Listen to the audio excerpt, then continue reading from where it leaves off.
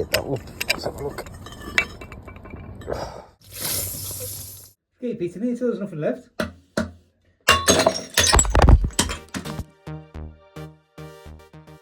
So one of the jobs this week got me asking a question. When's it time to call it quits on the boiler? So our customer finds you up for repair. What is it that makes you say, no, this needs a new boiler? Like, this is the end of life for the boiler? Because I've done a couple. I put them on social media. I had no idea. Basically, everyone was like, why are you repairing that? You shouldn't be repairing that. But I got it repaired and it was working again. And I've had another one where people have jumped the gun and said, I don't know why you're replacing that boiler. When I've been doing a boiler replacement, like, you shouldn't be replacing that boiler. So, take a look at the boiler that I went out to repair.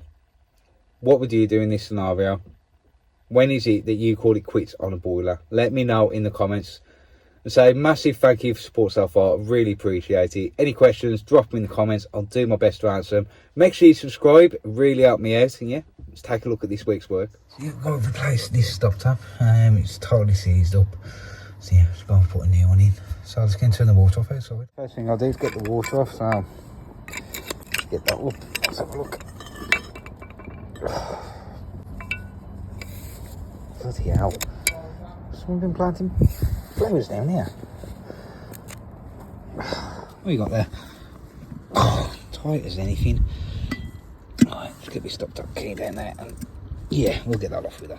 So the stop tap, the body is fine, it's the actual inside, so what you can do is just replace the internals if you want to. It's a good way to drain down the system as well. Yeah, let's open him up.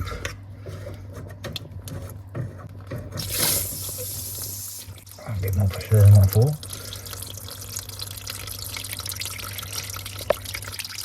Can't that's turned off properly. Water was off and just quite a bit left in, but yeah, just get your new stop tap, set the Zoom Perkins out, the guts, and yeah, I've just had that undone. Hold on. There we go. There's still a bit of water in there, but we're going to snatch it. I don't think the maze is off properly. There we go. There we go. That's a new one on in. Give him a tighten. There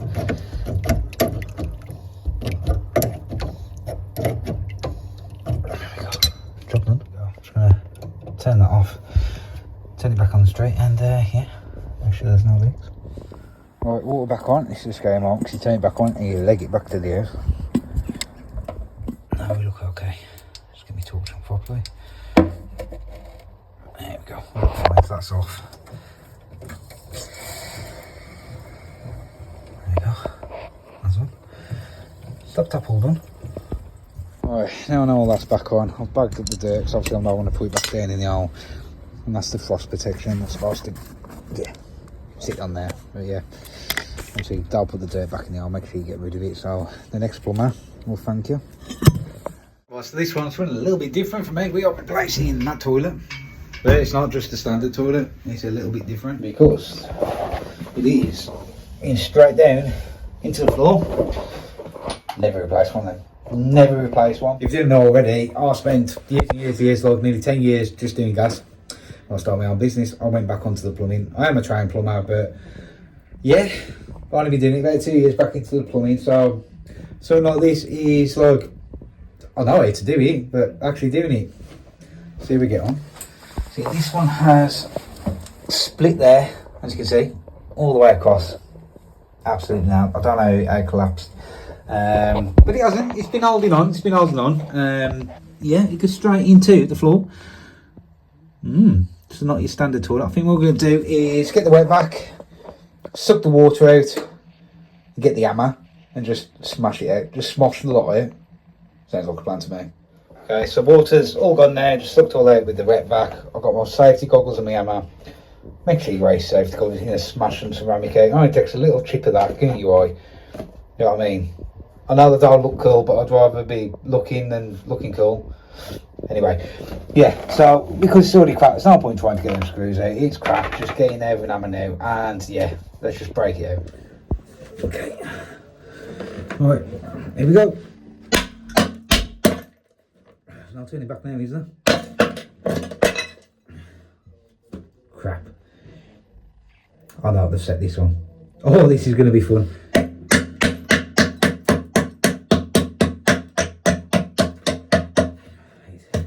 Off that screw.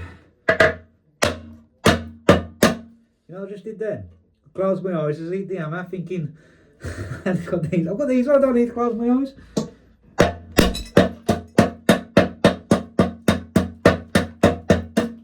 Right. It's on a bed of cement. That's why it won't come off. Oh, this is going to be fun. It's going to be fun. It's near enough in half now. It's near enough in half now, so.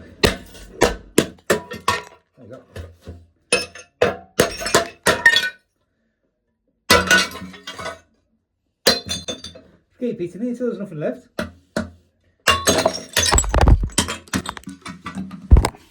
Including my phone. There we go. That's it all out. It's all cleaned up, ready for the toilet now. Luckily that concrete slab that was there, I'll show you in a minute. That just comes straight out. Yeah, that was all the howto was on. Proper old school sand and cement. Yeah, done the job for years now, don't you? Alright, let's get this new toilet. This is the new one. This is obviously got to go into the ground, but this is what does my head. Look at that. I put all these stickers on the inside there. Where my bloody flush car needs to go. I spent about 10 minutes now picking all that bloody out. Yeah, let's just see if it fits first. Actually, I hope it does now, because I'll just smash the old one out. Here we go. Moment of truth.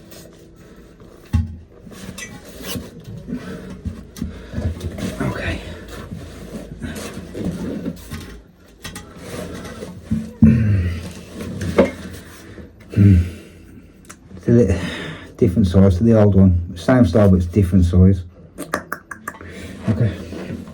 I'm going to have to cut the line now out around the other side. Yeah. So we have got it in there. That's gone straight in, but yeah, you can see this side was over this way. And this side here. It's down that side, but I'm going to have to cut this out. Just so I can get it flat. I can mark the holes. Get them bolted to the floor. Trying to think what I can do about this gap. It might be new lino or, yeah. I suppose I can get one of them plugs that go around the toilet. Oh, that'll do. Bit of chopping about later. We managed to get it down. Didn't realise this lino was on top of the old floor. So I better chop some of the old floor out. But like I said, it's not going to be new lino or black silicone around there. And yeah, maybe get a mat around it. But we've got all that in place now. What we can do now is mark where we're going to put the fixings. So I'll show you what we're going to use for that. We're going to use a marksman, because that'll actually shit everything through. Watch. So just put it on there, push down, all 4 holes, and when I take that back out I should have 4 green holes ready to drill. There we go.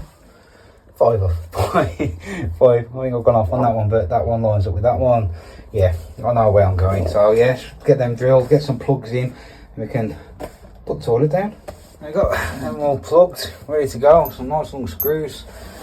Let's get the toilet fixed. So there we go, that is it all bolted down now. So yeah, what we've got to do now is try and figure out the length to cut the flush pipe. Should be fun. So what I've done is the old one, I'll just put that in because it's short enough. I'm going to measure from the bottom of that to the bottom of there, which is 70mm. So I'm just going to cut 70mm off the length and just see if that old one will fit. I'll just transfer it onto the new one. Well, I suppose I use that one, it's only a bit of plastic, but I'd rather just put a new one in. So let's take 70mm off that, see if that line up then.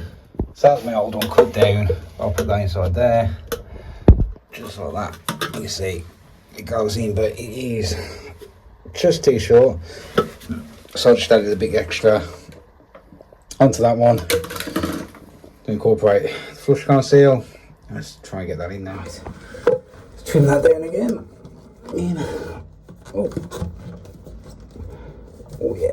Oh yeah. Women. Don't cross thread that.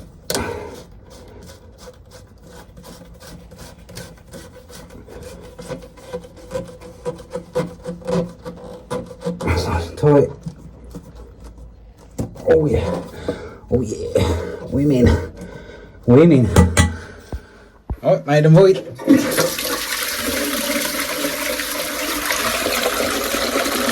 leaks. No leaks. No leaks.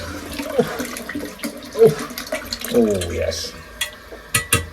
That's the only time you'll ever see me doing all that on a toilet, a brand new one. There you go. Let's get this toilet seat back on lavatory. There we go, toilet all done. They don't just told me they've got another piece of line now, so they can actually redo that themselves. But yeah, that don't go too bad. The only thing I wish I bought was the seal for them. Never mind. The job's actually for me now, so if they have a problem I can always come back and replace that seal. No big deal. But yeah, with toilets now, does anybody still fix it with sand and cement? I don't. I'll just screw it down, silicone around the base once it's done, and that's it. All done. Obviously silicone it to the floor just to give it that finish, but it should just hold on them screws. But yeah, let me know if you still sand and cement underneath the toilet. It's a bit old school, ain't that? Yeah, that's another job all done. So turned up to this Junior Green Star 28i, and yeah, you can see there we've got a fault code on it. So you see we've got a flash on the reset there and a mainly on going off on here, and the fault comes up straight away. So if I press reset,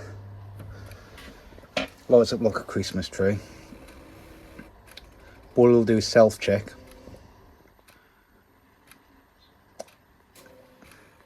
And the customer said this was straight to fault, just like that. So yeah, let's find out what it is. So case off, just looking inside to see if there's any leaks or anything that stands out. But what this boiler will do, it'll actually run a self check. It will actually go through the stats. One of them it'll go through is that one there, the flue stat. I reckon it's that one that's faulty. I'm going to show you how to test it. First thing I'm going to do, get the power off. A few spurs down there, just get that off. That's off. What we can do, just take out them two clips there. That's what connects to the flue stat. And we're going to bridge this out and then try the boiler again. We keep a link on our keyring. I haven't invented that. I've seen numerous people do this. It is a great idea. So when I first seen it, yeah, always keep a little wire on my keyrings now. Right, so you can see, got the link in there from the flue stat. I'll turn the power back on. Boiler back on. Now you'll see it'll do that self check again. So it'll send voltage through the series here, through the flue stat, overheat stat, just to make sure they're all connected. So let's reset the boiler. There we go. You know when it's reset, all the lights will come up. It's just going to run that self check again, and with that bridge there, I'm hoping, if I'm right, the boiler should stay on. So I'll just turn the torch off so you can see. The boiler hasn't gone into full code now so far. I'm just going to make a demand, which is just me putting the service mode on.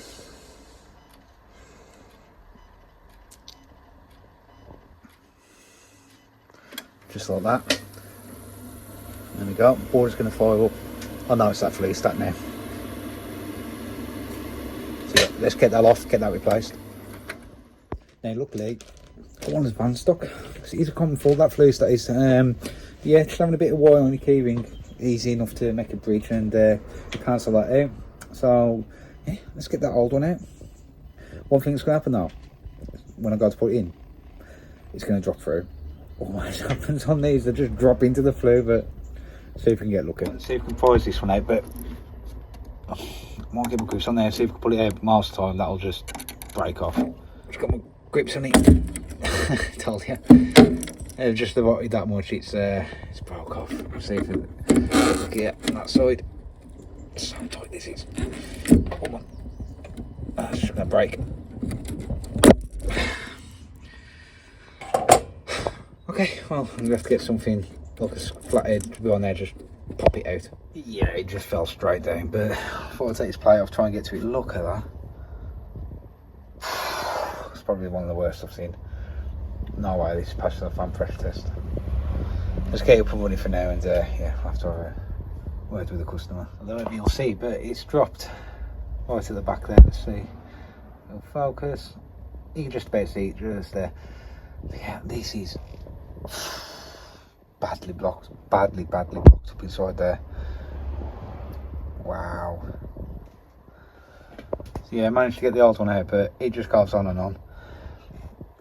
And well, let's just get up and running. So new one, just put a bit of silicone grease around there, then you got to try and get it in there without dropping it for one, but without pushing it right through into the back, and it is very, very tight, very tight.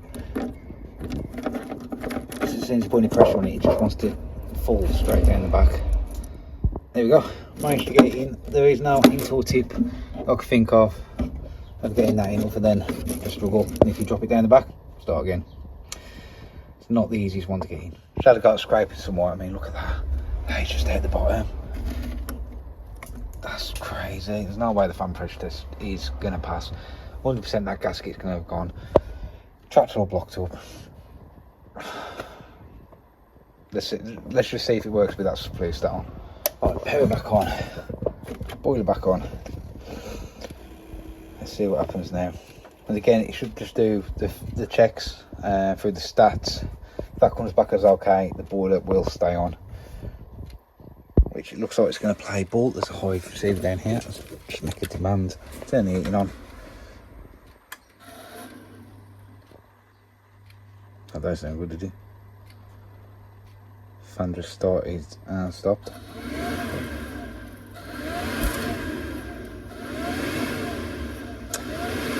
Well, right, it's playing ball again. I'll tell you what I did, because I forgot to record it. Hairdryer, that is an hairdryer. Hairdryer, heated up the fan. There'll be a dry connection on that PCB. Heated it up, it's come back on there. Hopefully, that'll keep it going for a bit for the customer, because it's going to need full strip and clean, 100%. Probably going to need a new gasket. Well, full strip clean comes with a new gasket. More likely the baffle's going to be knackered. Fan's on the way out, so that's going to have to be done. Yeah, it's one of the older models as well, so we'll have a word with the customer now. But that's back up and running. We'll do 26.9 checks. Yeah, the one saved. So just done all 26.9 checks. Gaskets fails. It needs full strip clean. It needs a new fan, because that's just temporary got it working. For now, it's working. It'll get them through until they decide what they want to do. But this board has been in there 2007. So what would you advise customers to do? Now, I don't care either way. Well, I don't mind putting in a new boiler. I don't mind repairing it. If anything, I prefer to repair it. I like stripping out boilers, repairing them, getting them going again. But where do you draw the line? Where do you draw the line? The boilers, you know, that's about lifespan. But well, modern boilers, lifespan's probably what, 10, 15 years. This one's done 15. I'll put it in the customer's hands. I'll just give them both quotes and yeah, let them decide. There we go. What do you think of that Worcester? Now, it is working.